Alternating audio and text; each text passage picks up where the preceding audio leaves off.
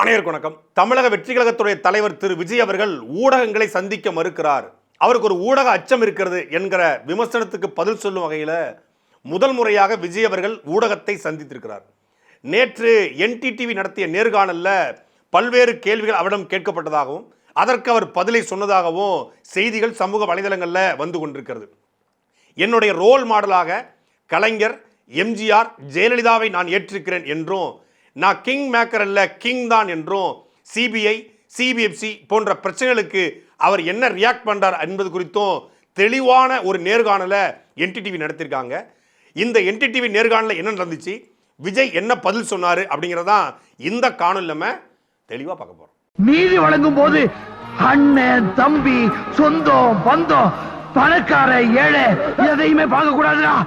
நாயத்தை மட்டும் தான் சொல்லணும். தமிழக வெற்றி கழகம் தொடங்கப்பட்டு கிட்டத்தட்ட 2 ஆண்டுகள் நிறைவடைய போகுது. பிப்ரவரி 2, 2024 அன்று விஜய் தன் கட்சியினுடைய பெயரை அறிவித்து அபிஷியலா அரசியலில் இறங்குறாரு.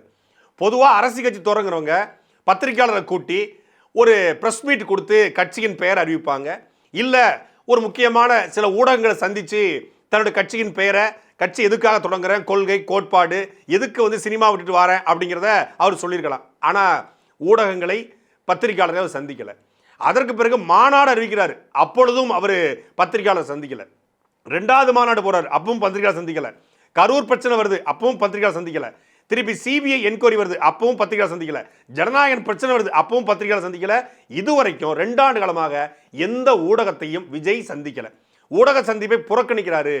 ஊடகத்தை பார்த்தவருக்கு ஒரு பயம் இருக்கு, ஊடக அச்சம் இருக்கு அப்படிங்கிற பல்வேறு விமர்சனங்கள் அவர் மீது வைக்கப்பட்டது. அதற்கு பதில் சொல்லும் வகையில் தான் முதல் முறையாக ஒரு ஆங்கில ஊடகமாக இருக்கக்கூடிய NTTV அழைச்சி அவர் நேர்காணல் கொடுத்திருக்காரு. சரி, இந்த நேர்காணலில் விஜய் பேசியது காணொலியாக இல்லை ஆடியோவாக அப்படி வெளிவந்திருக்கான்னு பார்த்தா இல்லை.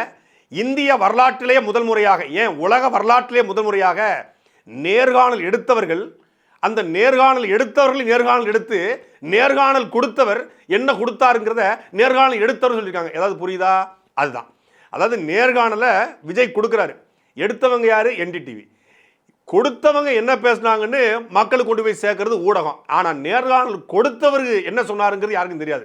ஆனால் நேர்காணல் எடுத்தவங்க இருக்காங்க இல்லையா, ஜேர்னலிஸ்ட், அவங்க நேர்காணல் கொடுத்தவர் என்ன கொடுத்தாருங்கிறத எடுத்தவங்க இன்னொருத்தருக்கு கொடுத்து அதை NTTV போட்டிருக்காங்க. அந்த நேர்காணலில் விஜய் சொன்னதாக அந்த நேர்காணல் எடுத்தவங்க என்ன சொல்லியிருக்காங்கன்னா, விஜய் அவர்கள் அரசியலுக்கு வரணுங்கிறத இந்த பேண்டமிக் காலகட்டத்தில், கொரோனா காலகட்டத்திலேருந்தே யோசிச்சுக்கிட்டு இருந்திருக்காரு. அவங்க அப்பா ஒரு பொலிட்டிக்கல் டைரக்டர் என்பதனால அவருக்கு அரசியல் குறித்த பார்வை இருந்திருக்கு. அதற்கு பிறகுதான் அவர் அரசியல் வரான்னு தீவிரமாக சிந்திச்சிருக்காரு அப்படிங்கிறத விஜய் சொன்னதாக பதிவு பண்ணியிருக்காங்க.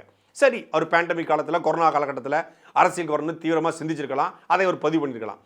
அதற்கு பிறகு உங்களுடைய ரோல் மாடல் யாரு அப்படின்னு இந்த நேர்காணல் எடுத்தவர்கள், அதாவது கொடுத்தவர்கிட்ட கேட்டிருக்காங்க. இந்த நேர்காணல் எடுத்தவங்க இன்னொருத்தர் நேர்காணல் கொடுத்தாங்க இல்லையா, அவங்ககிட்ட என்ன சொல்லியிருக்காங்கன்னா, விஜய் தன்னுடைய ரோல் மாடலாக எம்ஜிஆர், கலைஞர், ஜெயலலிதா இந்த 3 பேரையும் அவர் ரோல் மாடலாக வச்சிருக்காரு அப்படின்னு சொல்லி விஜய் சொன்னதாக NTTVயுடைய ஜேர்னலிஸ்டுகள் வெளியே சொல்லியிருக்காங்க. இதில் தான் நம்மகிட்ட இருக்க கேள்வியே. விஜய் அவர்கள் கட்சி அறிவிக்கும் போது, அந்த மாநாடு நடந்த போது கொள்கை தலைவர்களாக 5 பேரை அடையாளம் காட்டினார். பெரியார், அம்பேத்கர், காமராஜர், அஞ்சலை அம்மாள், வேலுநாச்சியார். கொள்கை தலைவர்லாம் யாரு? கொள்கை தலைவர்கள்னா அவங்ககிட்ட அந்த ஏதோ ஒரு கொள்கை உங்களுக்கு பிடிச்சிருக்கு, அப்போ அவங்க நம்மளுடைய வழிகாட்டி, அந்த வழிகாட்டி காட்டுற வழியில் நாம் பயணிக்க போகிறோம், அதான் கொள்கை. இப்போ நாம் தமிழர் கட்சினா, நாம் தமிழர் கட்சியுடைய ஒரே தலைவர், கொள்கை தலைவர், எல்லா தலைவரும் ஒரே தலைவர், தேசிய தலைவர். அவர் காட்டிய வழியில், அவர் நடத்திய பாதையில், அவர் ஆயுத வழி போராட்டம், இதை அரசியல் போராட்டமாக தமிழ்நாடு நடத்துகிறோம், எங்களுக்கு ஒரே தலைவர் என்று சீமான் சொல்கிறார். விஜய் 5 கொள்கை தலைவர்களை காட்டினார். அப்போ அந்த 5 கொள்கை தலைவர்களுமே வழிகாட்டி அப்படின்னா ஆங்கிலத்தில் ரோல் மாடல், முன்மாதிரி, முன் உதாரணம் அப்படின்னு சொல்லலாம். அப்போ அந்த 5 கொள்கை தலைவர்களும் கொள்கை தலைவர்களாக அடையாளப்படுத்தப்பட்ட பிறகு இவர் அந்த 5 கொள்கை தலைவர் ரோல் மாடல் கிடையாதான். இவருக்கு புதுசாக எம்ஜிஆர், ஜெயலலிதா அண்ட் கருணாநிதி இந்த 3 பேர் தான் ரோல் மாடலாம். எம்ஜிஆர், கருணாநிதி, ஜெயலலிதா ரோல் மாடல்னா ஊழலை ஒழிப்பேன், நான் ஊழல் சக்தியை ஒழிப்பேன், ஒன்னு தீய சக்தி, இன்னொன்று ஊழல் சக்தி. தீய சக்தின்னு சொல்லக்கூடிய திமுகவுடைய தலைவர் கலைஞர் கருணாநிதி, ஊழல் சக்தின்னு சொல்லக்கூடிய அதிமுகவுடைய தலைவர்கள் எம்ஜிஆர் ஜெயலலிதா. ஊழல் சக்தி தீய சக்தி ரெண்டையும் ஒழிக்கணுமா? ஆனா அந்த ரெண்டு சக்தியோட தலைவர்கள் ரோல் மாடலாம். என்னையாவது ரோல் மாடல்? இந்த கிச்சிக்கால் வேலையெல்லாம் என்கிட்ட வச்சுக்கிறாத, ஒத்த கால தனியா வெட்டிப்பிடி ஒண்ணு. இந்த 3 ரோல் மாடல்ல கலைஞர் கருணாநிதி இவருக்கு ரோல் மாடலாம். கலைஞர் கருணாநிதி ரோல் மாடல்னு சொல்ற இதே விஜய் அவர்கள் ஒரு மாசத்துக்கு முன்னாடி ஒரு பொதுக்குழுல ஏதோ ஒரு கூட்டத்தில் 1969 அண்ணாதுரை மறைவுக்கு பிறகு கலைஞர் கருணாநிதி ஆட்சி அதிகாரம் வந்த பிறகு அந்த கட்சி தவறான வழிக்கு போயிருச்சு அப்படின்னு சொன்னது யாரு? இதே மரியாதைக்குரிய பக்காமாசு விஜய். கலைஞர் கருணாநிதி கட்சி போனதுக்கு அப்புறம் தவறான கட்சியா மாறிச்சுன்னா அப்ப அவர் தவறான நபர் தானே. அப்படி தவறான நபர் எப்படி உங்களுக்கு ரோல் மாடலா இருக்க முடியும்? கலைஞர் ஆட்சி அதிகாரத்துக்கு வரும்போது விஜய் பிறக்கல, அதுக்கப்புறம் தான் விஜய் பிறக்கிறாரு. இல்லைங்க, அவர் ஆரம்பத்தில் நல்லா இருந்தாரு, அதுக்கப்புறம் குடும்ப அரசியல் வாரிசல்சா மாறிச்சு, அதனால ஒரு ஆரம்ப காலகட்டத்திலிருந்து நான் எடுத்துக்கிட்டேன் அப்படின்னு தான் இருக்கா? ஊழல் சக்தி, தீய சக்தி, ஊழலை ஒழிப்புன்னு சொல்றீங்க, தீய சக்தி ஒழிப்புன்னு சொல்றீங்க, தீய சக்தி திமுகவுக்கும் தாவேக்காவுக்கும் தான் போட்டின்னு சொல்றீங்க. அது தீய சக்தி, நீங்க தூய சக்தி அப்படின்னா அந்த தீய சக்தியின் தலைவர், அந்த தீய சக்தியுடைய வழிகாட்டி, அந்த தீய சக்திக்கு எல்லாமாகவும் இருக்கக்கூடிய கலைஞர் கருணாநிதி எந்த இடத்துல எந்த அடிப்படையில் உங்களுக்கு ரோல் மாடல்? கலைஞர் கருணாநிதி உங்களுக்கு பர்சனலா ரோல் மாடலா, ப்ரொஃபஷனலா ரோல் மாடலா, இல்ல பொலிட்டிக்கலா ரோல் மாடலா? எப்படி ரோல் மாடல்? ரோல் மாடல்னா எந்த இடத்துல ரோல் மாடல்? கலைஞருடைய ஆட்சி எனக்கு பிடிச்சிருந்துச்சு அதனால ரோல் மாடல், கலைஞருடைய பேச்சு எனக்கு பிடிச்சிருந்துச்சு அதனால ரோல் மாடல், கலைஞருடைய வசனம் எனக்கு பிடிச்சிருந்துச்சு அதனால ரோல் மாடல், கலைஞருடைய குணாதிசயம் பிடிச்சிருந்துச்சு அதனால ரோல் மாடல், கலைஞருடைய இந்த கேரக்டர் இந்த பிஹேவியர் எனக்கு பிடிச்சிருந்துச்சு அதனால ரோல் மாடல். அப்படி ஏதாவது இருக்கா? இல்ல. சரி, இந்த பக்கம் பார்த்தா மரியாதைக்குரிய முன்னாள் முதலமைச்சர் புரட்சி தலைவர் ஐயா எம்ஜிஆர், அவரு ரோல் மாடல். எம்ஜிஆருடைய சினிமா நடிப்பு ரோல் மாடலா, இல்ல அவர் மக்களுக்கு உதவி செய்யும் குணம் ரோல் மாடலா, இல்ல பாயும் புலிகளுக்கு 10 கோடி அள்ளி கொடுத்த வள்ளல் அப்படின்னு ஈழத்தமிழர்களும் உலகத்தமிழும் கொண்டாடுற மாதிரி அந்த கேரக்டர் ரோல் மாடலா, இல்ல தன்னுடைய சொத்து பத்தை எல்லாம் அநாத இல்லங்களுக்கும் மாற்றுத்திறனாளிகளுக்கும் எழுதி கொடுத்துட்டு போனாரு, சொத்தே சேர்க்கல அவர் பெருசா, அதனால எனக்கு ரோல் மாடலுங்க, கொடுத்து சிவந்த கரங்களுக்கு சொந்தக்காரங்க, அதனால ரோல் மாடல். எதனால ரோல் மாடல்? ஜெயலலிதா. இதே ஜெயலலிதா ஆட்சியை தான் ஊழல் ஆட்சி, ஊழல் சக்தி என்று விமர்சனம் பண்றீங்க. அதாவது இது ஊழல் சக்தி, இது தீய சக்தி. சரி, தீய சக்தி கருணாநிதி ரோல் மாடல், தீய சக்தின்னு சொல்லக்கூடிய திமுகவுடைய தலைவர் கருணாநிதி ரோல் மாடல், ஊழல் சக்தின்னு சொல்லக்கூடிய அம்மையார் ஜெயலலிதாவும் ரோல் மாடல். ஊழல் சக்தினா இப்போ எடப்பாடி பழனிசாமி 4 வருஷம் ஆட்சி ஊழல் ஆட்சியா? அதுக்கு முன்னாடி ஊழல் வழக்கில் சிறைக்கு போயிருக்கா அம்மையார் ஜெயலலிதா. அந்த ஜெயலலிதாவை எந்த இடத்துல நீங்க ரோல் மாடலை ஏற்றுக்கிட்டீங்க? கலைஞர் கருணாநிதி, ஜெயலலிதா, எம்ஜிஆர் இந்த 3 பேரும் கடைசி ஆண்ட முதலமைச்சர்கள். கடைசி 1969க்கு பிறகு 2016 வரைக்கும் மாறி 50 ஆண்டு காலமாக ஆண்ட முதலமைச்சர்கள். கலைஞருக்கும் ஒரு கிரேஸ் இருக்கு, அவருக்குன்னு ஒரு கூட்டம் இருக்கு. எம்ஜிஆருக்கு ஒரு கிரேஸ் இருக்கு, அவருக்கு ஒரு கூட்டம் இருக்கு. ஜெயலலிதாவுக்கு ஒரு கிரேஸ் இருக்கு, அவருக்கு ஒரு கூட்டம் இருக்கு. இந்த 3 கூட்டத்தையும் தன் கூட்டமா மாற்றணும். இப்படி ஜெயலலிதா, எம்ஜிஆர், கருணாநிதி இவங்கெல்லாம் எனக்கு ரோல் மாடல் அப்படின்னு சொல்லும்போது அவர்களுடைய ஆட்களும் இவருக்கு ரசிகர்களாக, இவருடைய தொண்டர்களாக, இவருடைய வாக்காளராக மாறுவாங்களாம் அப்படின்னு எவனோ கொடுத்த ஐடியால தான் கலைஞர், கருணாநிதி, ஜெயலலிதா அவர்கள், எம்ஜிஆர் இந்த 3 பேருக்கு எனக்கு ரோல் மாடல். இந்த 3 பேர் ரோல் மாடலாம். இந்த 5 பேர் யாரு? ஏண்டா எங்களெல்லாம் பார்த்தா அவனுக்கு எப்படா இருக்கு அப்படின்னு கேட்பாங்களா, கேட்க மாட்டாங்களா? ஆனால் இந்த தாவேக்க தற்கொலைகளுக்கு இது புரியும்னு நினைக்கிறீங்க? ஏங்க, அவங்க கொள்கை தலைவருங்க, இவங்க ரோல் மாடலுங்க. ரெண்டையும் குழப்பாதீங்க. அந்த 5 பேரும் கொள்கை தலைவர், இவங்க 3 பேர் ரோல் மாடல். அப்போ விஜயகாந்த் அவர் அண்ணங்க, அதை விட்டுருக்கீங்க நீங்க அப்படிம்பாங்க. நான் அதாவது செங்கோட்டையன் சேர்ந்த அன்னைக்கே சொன்னேன், இன்னைக்கு ஜெயலலிதாவுடைய படம் சட்டப்பையில ஏறிச்சு, பேனர்ல ஏறிருக்கு. நாளைக்கு கலைஞர் கருணாநிதி படம் பேனர்ல ஏறணும்னா நான் விஜய பேசுறதை விட்டுருன்னு சொன்னேன். ஏன்டா விஜய விமர்சனம் பண்ணுன்னு கேட்டாங்க. இதுக்கு தாண்டா விமர்சனம் பண்றோம். முதல்வருடைய மாநாட்டில் கொள்கை தலைவராக 5 பேரை போட்டாங்க. அன்னைக்கு எம்ஜிஆரும் இல்லை, அண்ணாவும் இல்லை, கலைஞரும் இல்லை, யாரும் இல்லை, ஜெயலலிதாவும் இல்லை. இப்போ 2வது மாநாட்டில் எம்ஜிஆர் வந்தார், அண்ணா வந்தார், இப்போ செங்கோட்டை வந்த பிறகு ஜெயலலிதா வந்தார். நாளைக்கு கருணாநிதி வரலன்னா நம்ம பேசுறோம்னு சொன்னா இப்போ கருணாநிதி ரோல் மாடலாம். சத்தியமாக ஸ்டாலின் அவர்களும் உதயநிதி ஸ்டாலினும் திமுக காரங்களும் அப்ஜெக்ஷன் சொல்லலை அப்படின்னா கலைஞர் கருணாநிதி படம் அடுத்த மாநாட்டில் இடம்பெறும். அண்ணா ரோல் மாடலுங்க அப்படின்னு சொன்னா கூட ஒரு நியாயம் இருக்கு. ஏன்னா தன்னுடைய தலைவனா இருந்தாலும் அந்த தலைவன் ஒரு தவறான திருமணம் பண்ணிட்டாரு, ஒரு பொருந்தா திருமணம் பண்ணிட்டாரு, அப்படின்னு சொல்லி அதிலிருந்து விலகி திமுக உருவாக்கி ஒன்றே குலம் ஒருவனே தேவங்கிற கோட்பாட்டை முன் வச்சு இன மொழி அப்படிங்கிற ஒரு கொள்கையை முன் வச்சு மொழிப்போர் அந்த போராட்டத்தில் ஆதரவு தெரிவித்து அந்த அந்த மொழிப்போரை அப்படியே பயன்படுத்தி ஆட்சி அதிகாரத்தை அண்ணாதுரை ஆண்ட ஒன்றரை ஆண்டுகள் ஆட்சி நேர்மையான ஆட்சி, கரப்ஷன் இல்லாத ஆட்சி. ஆட்சிக்கு வந்த உடனே அனைத்து சாதியும் அர்ச்சகர், அதே போல இந்த சாதி மறுப்பு திருமணங்களுக்கான உரிமை என்று பல்வேறு திட்டங்களை கொண்டு வராரு. தமிழ்நாட்டுக்கு தமிழ்நாடுங்கிற பெயரை வைக்கிறாரு. சங்கரினார் இறக்குறாரு. பல்வேறு தலைவர்கள் போராடியதை தமிழ்நாட்டுக்கு தமிழ்நாடு பேருக்கு இப்படி சாதனையில பண்றாரு. தன்னுடைய பதவியேற்பில் கூட தன் குடும்பம் கலந்து கொள்ளக்கூடாது என்று தன்ற மனைவி ராணிய பதவியேற்பு கூட வர வைக்காத தலைவர் அண்ணாதுரை. எளிமையா வாழ்ந்தார். சாதாரண ஒரு தரையில படுத்து பாயில படுத்து இந்த பராசக்தி சொல்ற மாதிரி ரசம் சோறு சாப்பிட்டு தான் இருந்தார். அப்ப அவர் ஒரு ரோல் மாடலுங்க. அவர் ஆட்சி நேர்மையா இருந்துச்சுங்க. குறைந்தபட்ச ஒரு அறத்தோட அண்ணாதுரை இருந்தாருங்க. பெரிய பகட்டு அரசியலை பண்ணலைங்க, படோப அரசியலை பண்ணலைங்க. அதனால் அவர் ரோல் மாடல்னா அதுல லாஜிக் இருக்கு, அதுல ஒரு நேர்மை இருக்கு, அறம் இருக்கு.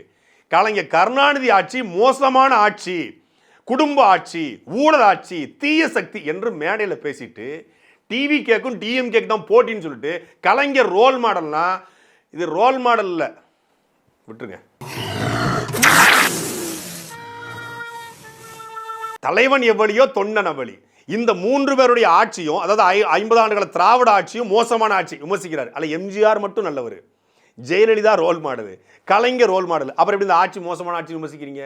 இந்த 3 பேர் ரோல் மாடலை வச்சுக்கிட்டு இந்த ஆட்சி மோசமான ஆட்சி அப்படின்னு விமர்சிக்கிற தகுதி விஜய்க்கு இருக்கா? முதல்ல இதை எல்லாத்தையும் தாண்டி ஏன் உங்களுக்கு தமிழர்களில் ரோல் மாடலா ஏற்றுக்கொள்ளுக்கு தலைவனே இல்லையா? இப்போ ஒரு தலைவன் சொல்றான் எனக்கு நல்ல கண்ணு ரோல் மாடலுங்க அப்படின்னா, சரி நல்லவன்டா, நல்ல கண்ணு ரோல் மாடல்னு சொல்றான். நல்ல கண்ணு நேர்மையான அரசியல்வாதி, உண்மை நேர்மையாக மக்களுக்கு நின்னாரு. வெற்றியோ தோல்வியோ ஆனா மக்களுக்காக கடைசி வரைக்கும் நின்னாரு.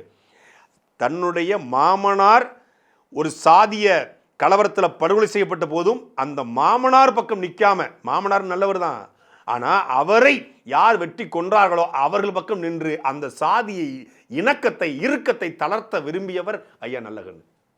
அதனால அவர் என்னுடைய ரோல் மாடல் அப்படின்னு ஒருத்தர் சொல்றாரு. ஆத்துமணல் கொள்ளையை தடுக்க போராடினாரு, சாதிய அடக்குமுறை எதிர்த்து போராடினாரு, பொதுவுடைமை சித்தாந்தத்திற்காக கிட்டத்தட்ட கொள்கை பிடிப்போடு 18 ஆண்டுகள் 18 வயசு இருந்து இன்னைக்கு 101 வயசு ஆக போது நிற்கிறாரு அப்படின்னா அவர் ரோல் மாடல்னு சொல்லலாம். கர்ம வீரர் பெருந்தலைவர் காமராஜர் எளிமையான குடும்பத்தில் பிறந்து எளிய வாழ்க்கை வாழ்ந்து எளியவாகவே இறந்து போனார். சாகும்போது சட்டப்பையில் 120 ரூபா பணங்க. கரப்ஷன் அரசியல் என்னன்னே தெரியாதுங்க. Collection commissioner ஆட்சிங்க. 14,000 பள்ளிக்கூடம், பல அணைகள், பல தொழிற்சாலைகளை கட்டி கொடுத்து 9 ஆண்டுகள் ஆட்சியில் சிறப்பாக பண்ணாருங்க. ஒட்டுமொத்தமான தமிழ் இனத்திற்கும் அவர் ரோல் மாடல். அதுபோல காமராஜர் எனக்கு ரோல் மாடல் அப்படின்னு விஜய் சொல்லியிருந்தாருன்னா சூப்பர் அப்படின்னு சொல்லலாம். கக்கன், காமராஜர் ஆகிய அமைச்சர் கக்கன் ரொம்ப நேர்மையான அமைச்சராக இருந்தார். சாகும்போது மருதை அரசு மருத்துவமனையில் தரையில் படுத்து கிடந்தார். எம்ஜிஆர் போய் கட்டில் வாங்கி தரும்போது எனக்கு வேண்டாம் மற்றவங்களுக்கு கட்டுன்னு சொன்னார். அப்படிப்பட்ட அமைச்சருங்க அவர். என்னுடைய ரோல் மாடல். ஒடுக்கப்பட்ட சமூகத்தில் பிறந்து ஒருத்தர் அப்படி சிறந்த அமைச்சராக இருந்தார் அப்படின்னா அது ரோல் மாடல். ஜீவானந்தம் 2 வேட்டி, ஒரு வேட்டி துவைச்சி கிடந்தா அந்த வேட்டி காஞ்சாதான் கழட்டி போட்ட வேட்டியை காஞ்சி அந்த காஞ்ச வேட்டியை கட்டிக்கிட்டு அரசியல் பண்ணவர் ஜீவானந்தம். சாதி மறுப்பு திருமணம் பண்ணதே கடைசி வரைக்கும் சொல்லவே இல்லைங்க. எங்க கொள்கை, அந்த கொள்கைக்காக எந்த எல்லைக்கும் போவனாரு. குற்றப்பரம்பரை சட்டத்தை எதிர்த்து தேவர் திருமணார் போராடிய பொழுது அவருக்கு கரம் கொடுத்து நின்னாரு ஜீவானந்தம். அதனால ஜீவா எனக்கு ரோல் மாடல். சிங்காரவேலர் ஈவேராவுக்கே பொதுவுடைமை சித்தாந்தத்தை சொன்னவர். இந்தியாவினுடைய பொதுவுடைமை சித்தாந்தத்துடைய சிற்பின்னு சொல்றாங்க ஜீவானந்தத்தை. தொழிலாளர்களுக்காக பாடுபட்டவர். அதனால எனக்கு அவர் ரோல் மாடல் அப்படின்னா அதுல ஒரு நேர்மை இருக்கு, அதுல ஒரு லாஜிக் இருக்கு. நினைச்சிருந்தா சொகுசான வாழ்க்கை வாழ்ந்திருக்கலாம். இன்னைக்கு இல்ல, 1904 காலகட்டத்தில் 50,000 வாங்கக்கூடிய வழக்கறிஞர் வ.உ. சிதம்பரனார் தன்னுடைய சொத்தை இழந்து காலா லாவியாங்க 2 கப்பலை கட்டி வெள்ளக்காரனை வீழ்த்தணும்னா அவன் பொருளாதாரத்தில் அடிச்சா மட்டும்தான் முடியும் சொல்லி கப்பலொட்டிய தமிழன், செக்கிழுத்த செம்மல் என்று வாழ்ந்த வ.உ. சிதம்பரனார் எனக்கு ரோல் மாடல் சொன்னா அதுல ஒரு நேர்மை இருக்கு. அதை எல்லாத்தையும் தாண்டி இந்த குற்றப்பரம்பரைங்கிற கொடும் சட்டத்தை கொண்டு போது கைரேகை வைக்காத கட்டவரலை வெட்டி வீசுடா என்று அந்த குற்றப்பரம்பரைங்கிற கைரேகை சட்டத்தை எதிர்த்து போராடி அதை காங்கிரஸ் கட்சி தடுக்கவில்லை என்பதற்காக காங்கிரஸ் வெளியேறி நேதாஜியின் பக்கம் நின்று நேதாஜியின் படைக்கு தன்னுடைய கருத்துக்களால் பேசி பேசி இந்திய ராணுவத்திற்கு ஆட்களை சேர்த்த, இந்திய தேசிய ராணுவத்திற்கு ஆட்களை சேர்த்த பசுமன் முத்துராமலிங்க தேவர் ரோல் மாடல். அவர் ஒரு நேர்மையான அரசியல்வாதி. ஒரே நேரத்தில் சட்டமன்றத்தையும் பாராளுமன்றத்தில் நின்று தொகுதிக்கே போகாம வென்றவர் முத்துராமலிங்க தேவர். முத்துராமலிங்க தேவரின் என்னுடைய ரோல் மாடல்னு சொன்னா அதுல ஒரு நேர்மை இருக்கு, அதுல ஒரு லாஜிக் இருக்கு. தாழ கிடப்பாரை தற்காப்பதை தர்மம் என்ற அடிப்படையில் துண்டை இடுப்புல கட்ட சொல்றானா, தலையில கட்டுறா. உன்னை நெத்தியில பட்டப்படம் சொல்றானா, நாமத்தை போடுறா.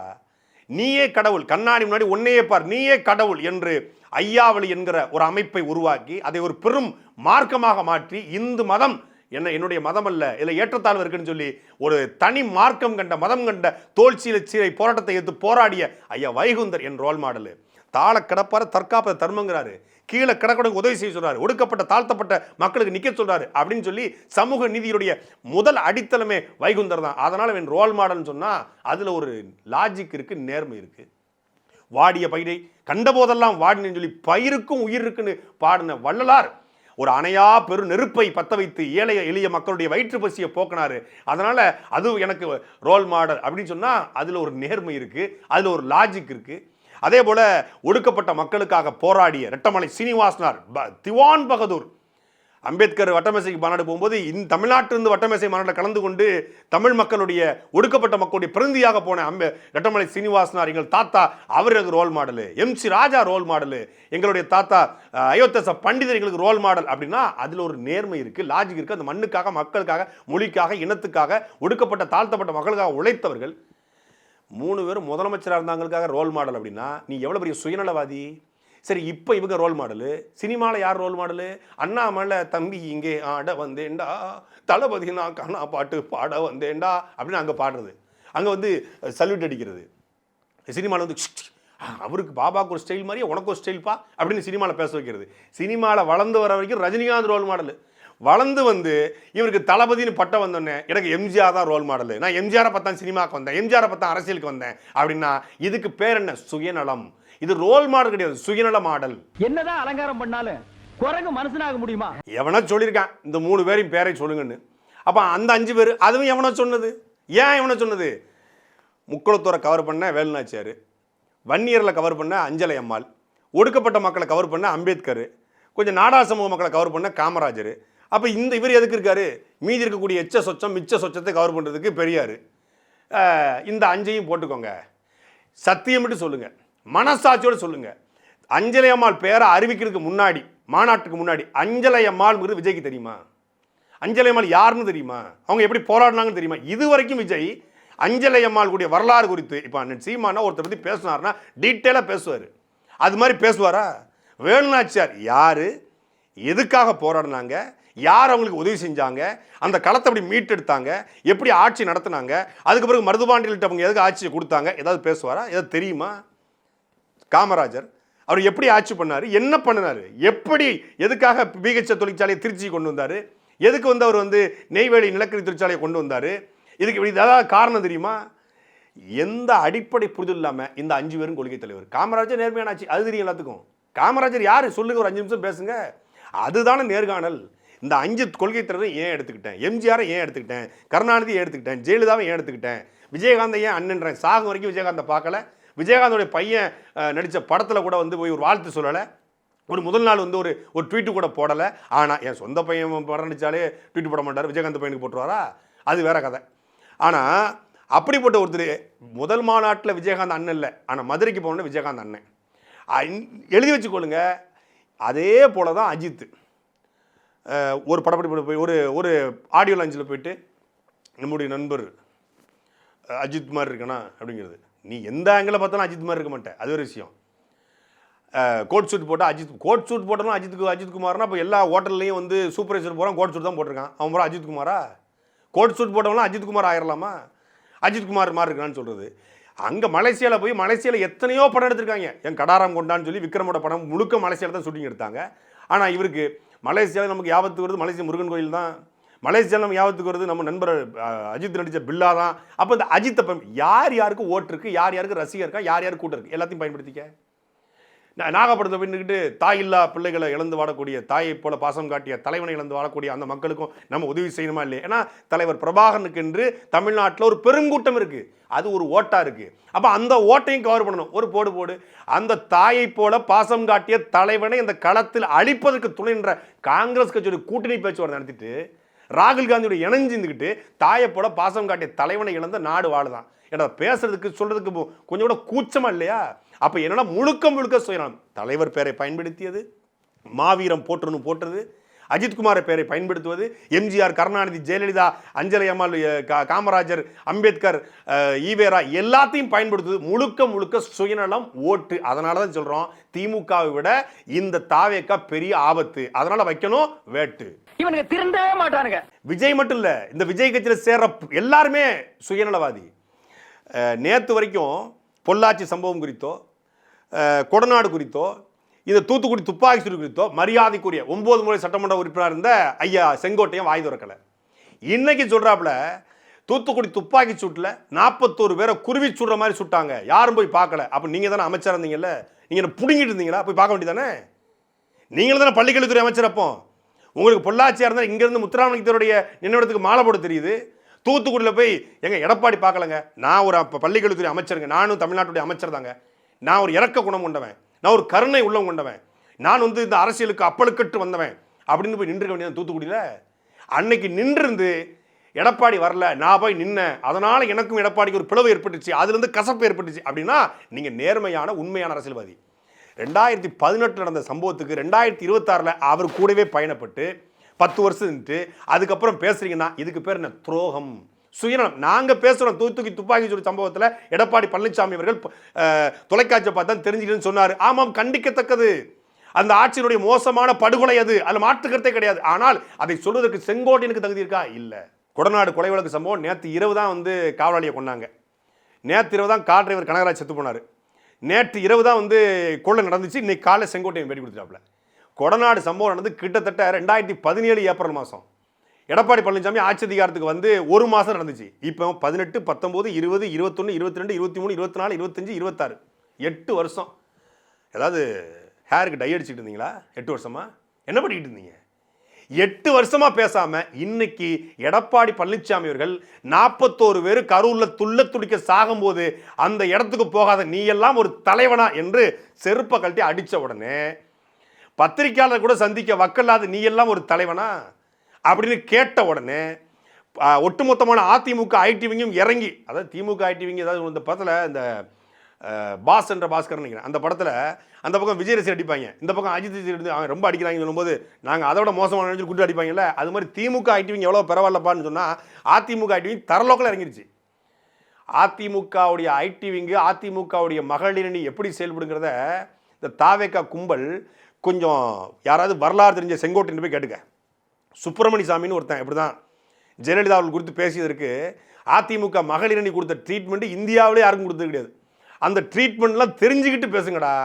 அந்த கட்சிக்குன்னு ஒரு இது இருக்குது, அந்த கட்சி அதிகாரத்தில் வருது வரல, அது நல்ல கட்சி கெட்ட கட்சி அதெல்லாம் தாண்டி அதிமுகவை பற்றி பேசின உடனே இறங்கி தர லோக்கில் அடிக்க ஆரம்பிச்சிட்டாங்க. தர லோக்கில் அடித்த உடனே அதிமுக விமர்சனம் பண்ணாதீங்க, திமுக மட்டும் டார்கெட் பண்ணுங்க, ஏன்னா அடி ரொம்ப விழுது, அடி ரொம்ப மோசமாக போயிட்டு இருக்காங்க, தரலோக்களுக்கு இறங்கிட்டு இருக்காங்க அப்படின்னு பதறி போய் திமுக ஐடிங்க மட்டும் டாக்குமெண்ட், நமக்கு போட்டியே திமுகவுக்கும் நமக்கும் தான். ஏன் போட்டி ட்ரம்புக்கும் உங்களுக்கு அறிவிச்சிட வேண்டியதானே? எதுக்கு என்டிடிவிக்கு பேட்டி? Fox News, CNN, New York Times அந்த மாதிரி நீங்கள் போயிட வேண்டியது. ஏன் நீங்கள் வெறும் என்டிடிவிக்குள்ள உங்களுடைய திறமையை சுருக்கிக்கிறீங்க? தமிழ்நாட்டில் இவர் சந்திப்பதற்கு எந்த ஊடகத்துக்கும் தகுதி இல்லை, அதெல்லாம் சொல்ல வர்றாப்புல. தமிழ்நாட்டுக்குரிய புதிய தலைமுறைக்கோ, நியூஸ் 24க்கோ, நியூஸ் 7க்கோ, இல்லை தமிழ்நாட்டுக்குரிய முதன்மையான அச்சு காட்சி ஊடகங்கள், ஊடகவியலாளர்கள், பத்திரிகையாளர்கள் யாருக்குமே விஜயை பேட்டி எடுக்க தகுதி இல்லையா?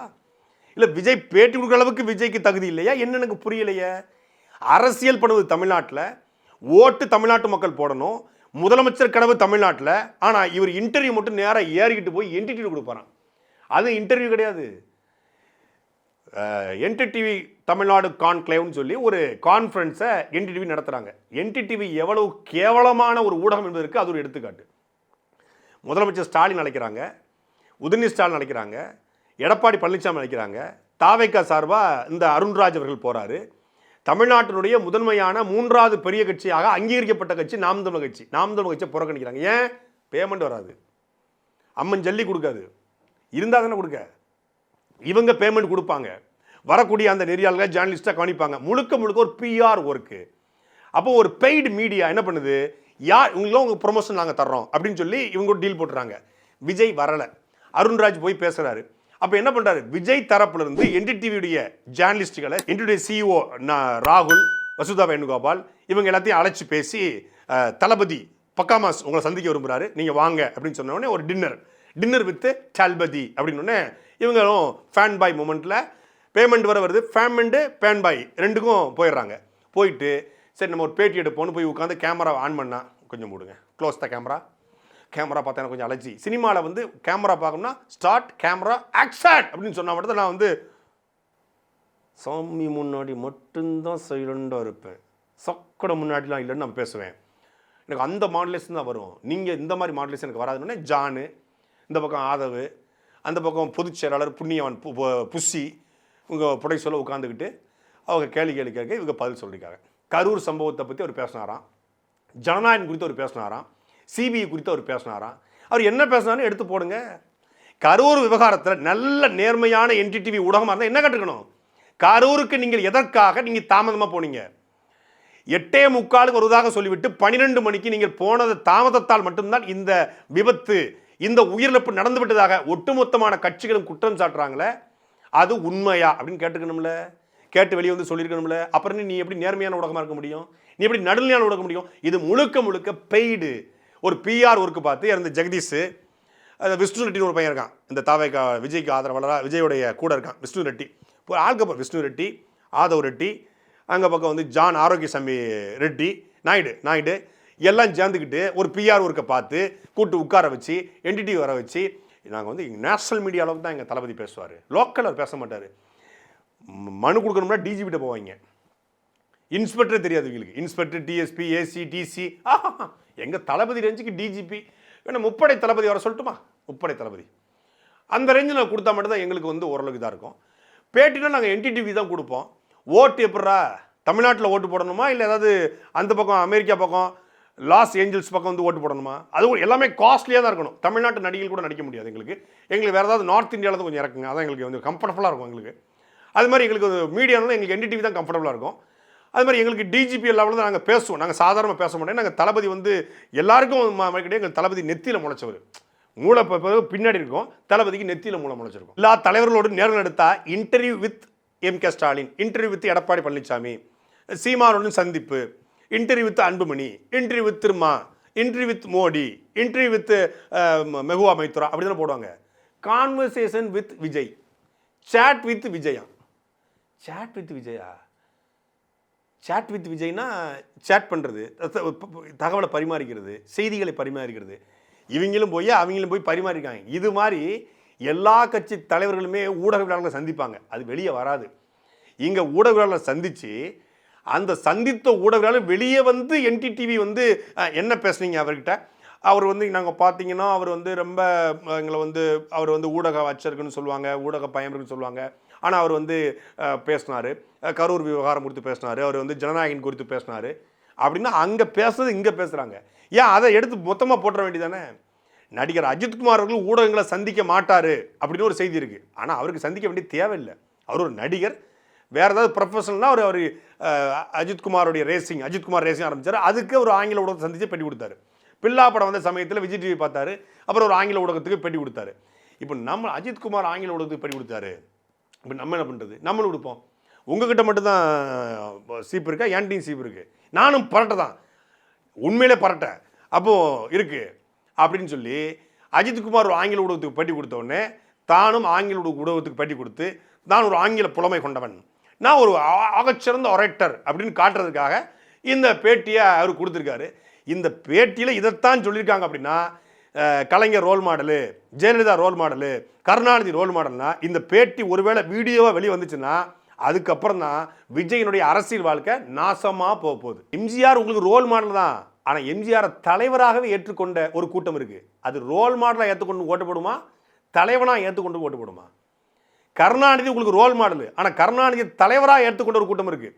அது தலைவராக ஏற்றுக்கொண்டவர்களுக்கு ஓட்டு போடுமா, ரோல் மாடலாக ஏற்றுக்கொண்டு ஓட்டு போடுமா? இப்போ சேகுவாரா வந்து எனக்கு role model, Fidel Castro role model, Che Guevara Fidel Castro role model. இப்போ சேகுவாரா பிடல் காஸ்ட்ரோ ஃபாலோ பண்ணுற எல்லாருமே என்னை ஃபாலோ பண்ணுங்கன்னு சொல்ல முடியுமா? அவர் எல்லாருக்குமே ரோல் மாடலாக இருப்பார். அதுபோல் ஜெயலலிதாவை இங்கே ரோல் மாடலாக ஏற்றுருக்கீங்க, ஆனால் ஜெயலலிதாவை தலைவியாக ஏற்றுக்கொண்ட ஒரு கூட்டம் இருக்குது. அது யார் ஜெயலலிதாவை தலைவியாக ஏற்றுக்கிறாங்களோ அவங்களுக்கு தானே ஓட்டு போடும். ரோல் மாடலாக ஏற்றுக்கிட்டாங்க ஒரு வார்த்தையை சொல்லிவிடுங்க, இது ஒரு சிம்பத்தியை கிரியேட் பண்ணும். தளபதி, ஜெயலலிதா, கருணாநிதி, எம்ஜிஆர் இவங்கெல்லாம் இல்லை, செத்துட்டாங்க. இவங்களுக்கு ஒரு கிரேஸ் எப்பவுமே இருக்கும். இதை நம்ம கவர் பண்ணிக்குவோம். விஜயகாந்த் உயிரோடு இல்லை, அந்த கட்சி கொஞ்சம் அந்த சந்தலையாக இருக்குது. ஒரு 7 சீட்டு கட்டுக்கிட்டு போட்டி போட்டுக்கிட்டு இருக்கு, கொஞ்சம் பணம் கணக்கு கட்டுக்கிட்டு இருக்காங்க. இப்போ இந்த நேரம் விஜயகாந்த் அண்ணன் ஒரு போடுங்க. இவங்களை புகழ்ந்துட்டீங்கன்னா புகழ்ச்சிக்கு அடிமையாகி ஓட்டு போட்டுருவாங்கன்னு சொல்லி அந்த ஜான் இருக்காப்புல, அந்த ஜான் சொன்னதை கேட்டுக்கிட்டு தான் இந்த பேன் பேசிக்கிட்டு இருக்கு. இறுதியாக NDTVல நீங்கள் ஏன் கூட்டணிக்கு போகக்கூடாது அப்படிங்கிற கேள்விக்கு I am not a king maker, I am a king அப்படின்னு சொல்லி விஜய் அவர்கள் சொன்னாராம். நான் வந்து அரசர்களை உருவாக்கவும் இல்லை, அதாவது முதலமைச்சரை உருவாக்குறவும் கிடையாது, என் ஓட்டு ஒன்று பிரியாது, நானே முதலமைச்சர் வருவேன், நானே கிங்காக வருவேன் இருக்காரு. கிங்குன்னா என்னன்னு முதல்ல தெரியுமா? முறை செய்து காப்பாற்றும் மன்னவன் மக்களுக்கு இறை என்று வைக்கப்படும், குடிதலி கோலச்சும் மாநில மன்னன் அடிதலி நிற்கும் உலகன்றான். முறை செய்து காப்பாற்றும் மன்னவன், மக்களுக்கு இது தேவை என்று அந்த தேவை அறிந்து செய்யக்கூடிய மன்னன், குடிதலி கோலோச்சு மாநில மன்னன், அந்த அந்த குடிகளுடைய பிரச்சனையை அறிந்து ஆட்சி செய்கிற மன்னன் அப்படின்னு வள்ளுவர் பாடுறாரு.